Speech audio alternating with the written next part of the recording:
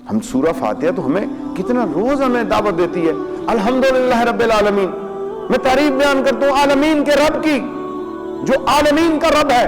اس کی بہت بڑی تشریح ہے.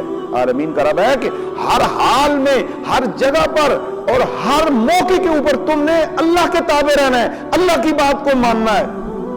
اس کا یہ معنی ہے. میں اس کی تعریف بیان کر رہا ہوں. اور الرحمن والرحیم، وہ رحمان الرحیم ہے. اور تم نے اس کی صفتوں کو پکارا ہے، لوگوں پہ ظلم نہیں کرنا. تیرے اندر بھی یہ صفت آنی چاہیے کہ تو جس کا بندہ ہے وہ رحمت میں نازل کرتا ہے، تو جس کا بندہ ہے وہ معاف کرنے والا ہے، تو جس کا بندہ ہے وہ غفار و ستار ہے. تو لوگوں کے لیے رحمت کا کام ہی نہیں کرتا، تو لوگوں کی بھلائی کا کام ہی نہیں کرتا، تو لوگوں کو معافی دیتا ہی نہیں ہے، تو بدلے پہ بدلہ لیتا ہے.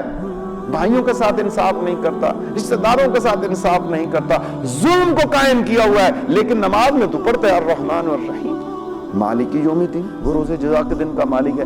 کبھی جس کو یہ یقین ہو کہ میرا رب روز جزا کے دن کا مالک ہے اور حق ہے کہ وہی مالک ہے روز جزا کا، حشر کا وہ مالک ہے، مولا میدان حشر میں فیصلے کرے گا، روز جزا کے دن کا وہ مالک ہے.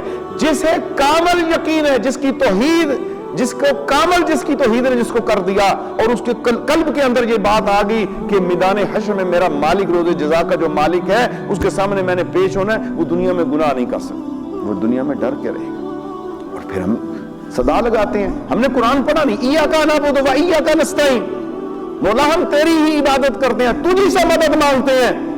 مدد مانگنے کے لیے ہم MNA کے دروازے پہ کھڑے ہیں، MPA کے دروازے پہ کھڑے ہیں، ہم اپنا ووٹ بیچ دیتے ہیں، ہم اپنا ایمان بیچ دیتے ہیں، ہم لوگوں کے پیچھے دوڑ رہے ہیں.